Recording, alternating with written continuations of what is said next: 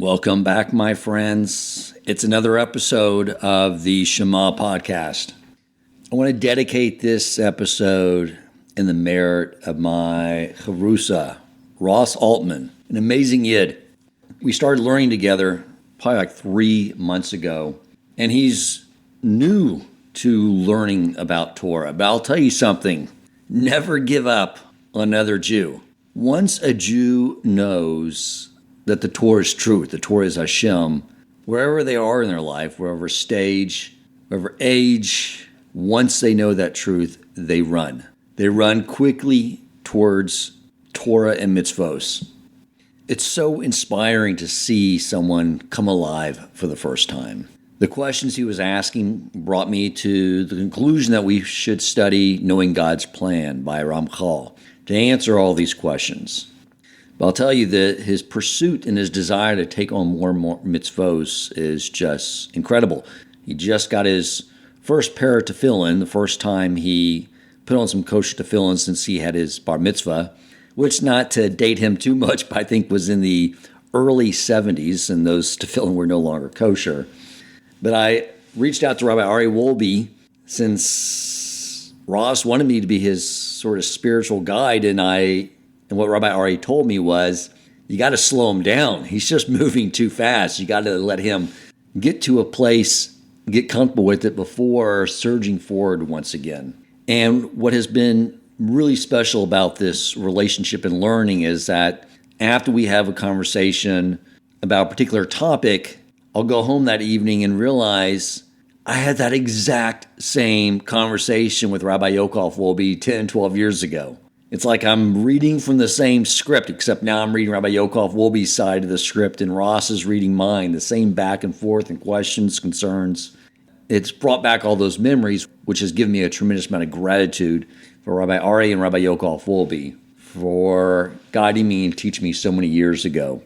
So Ross has had a very meaningful impact on my life. Matter of fact, he's someone that we met at a fundraiser event, but he was listening to my podcast, and that's how we got to know each other. He called me up with questions. One of the beauties of this podcast is it's allowed me to connect with so many fellow Jews, even though we may even not be living geographically near each other. So may Hashem bless Ross with always keeping that youthful spirit and that passion to come close to him and learn his Torah and learn the insights of Torah and to continue to, at the proper pace, do more and more mitzvos, and may Hashem bless me with the wisdom to know how to guide such a lofty, amazing, sweet neshama back to him. Welcome to the Shema podcast, the podcast for the perplexed, where Torah insights intertwined through personal stories as well as interviews with leading Torah scholars demonstrate the empowering qualities of Torah and mitzvot.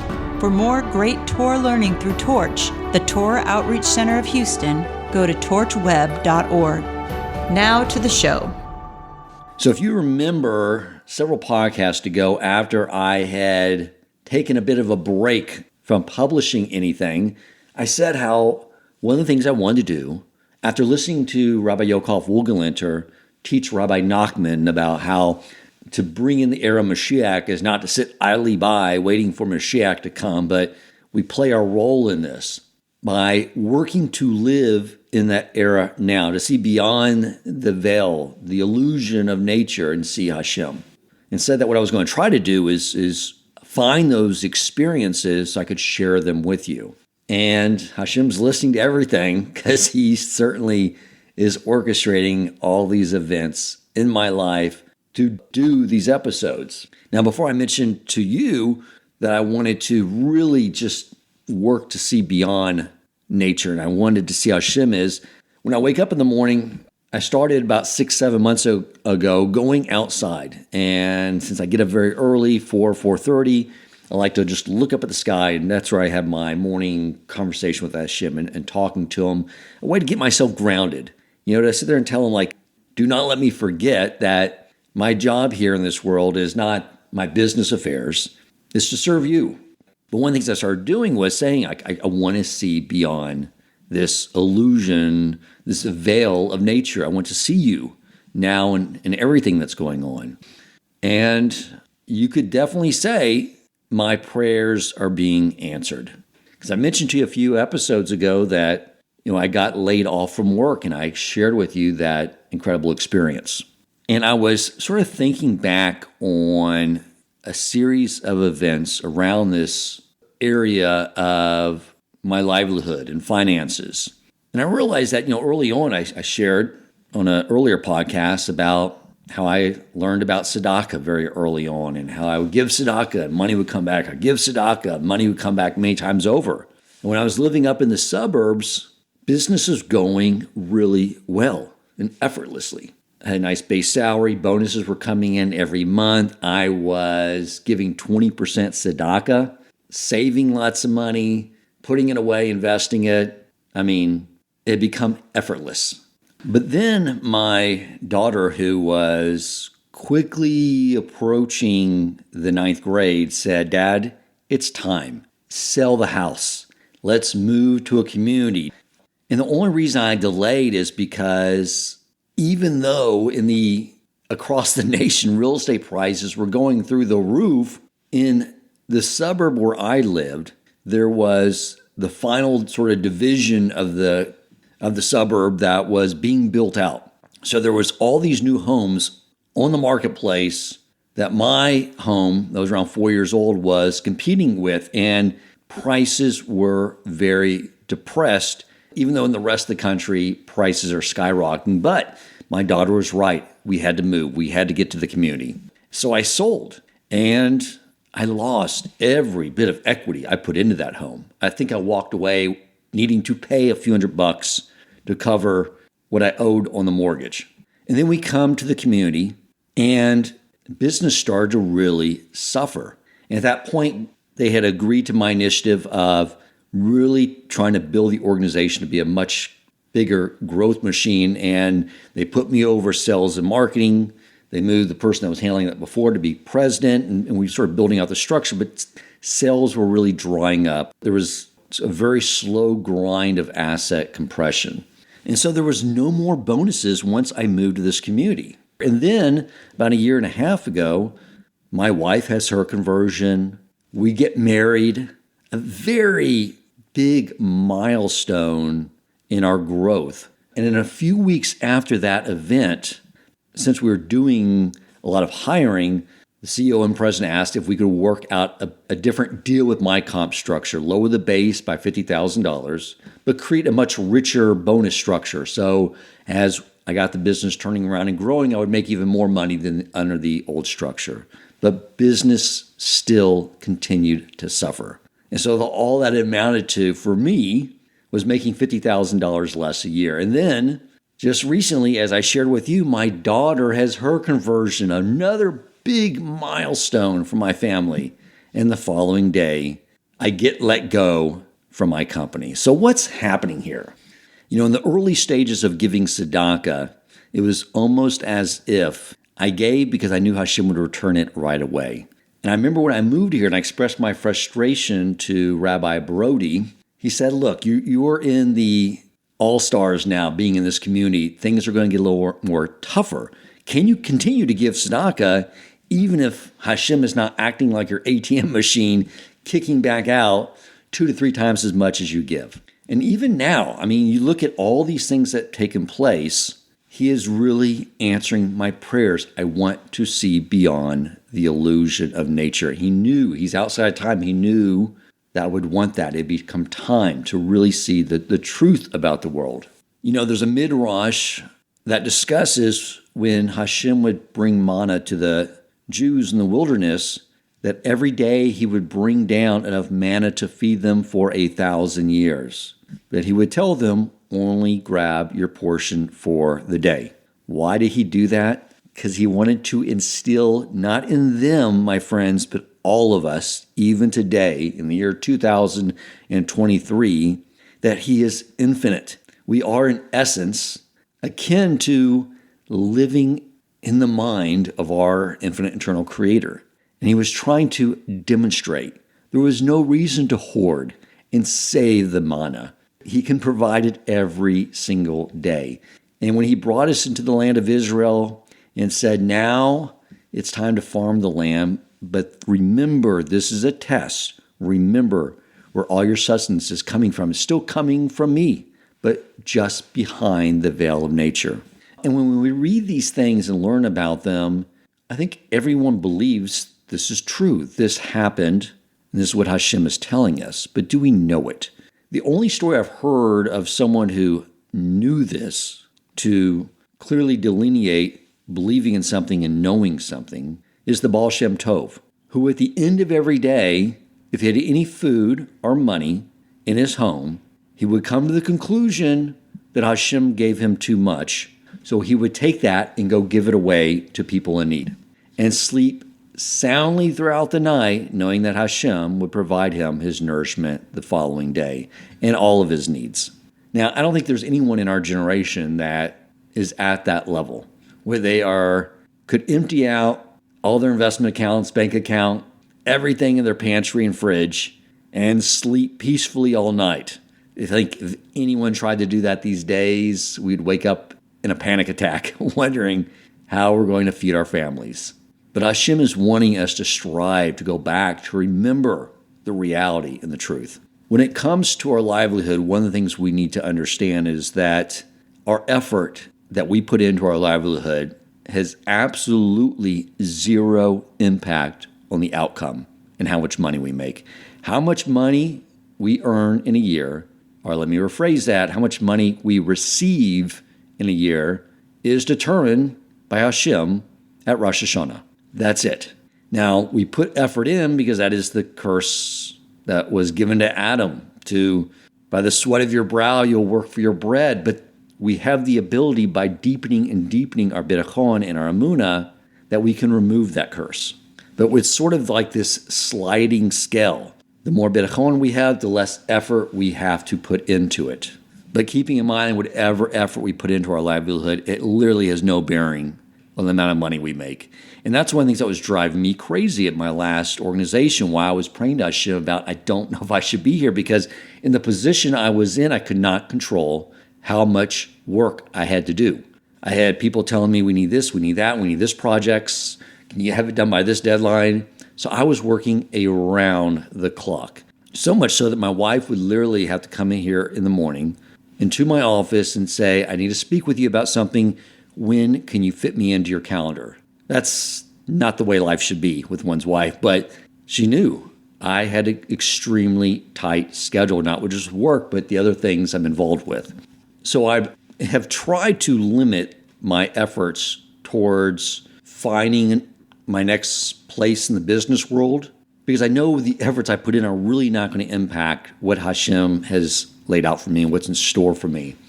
But I do my part, but I try to minimize it to about an hour a day. And I have phone conversations with friends and old work colleagues, and all those conversations are exactly what I need to hear in that moment. There's nothing by accident. I reached out to one of my friends I used to work with a number of years ago at a previous organization prior to the one I was just at. And he had actually interviewed with me about 6 months ago to be on my sales team. But his wife ended up telling him she didn't want him to travel anymore, so declined the position. So I reached out to him and I said, so what did you end up doing? And he said, look, I haven't done anything.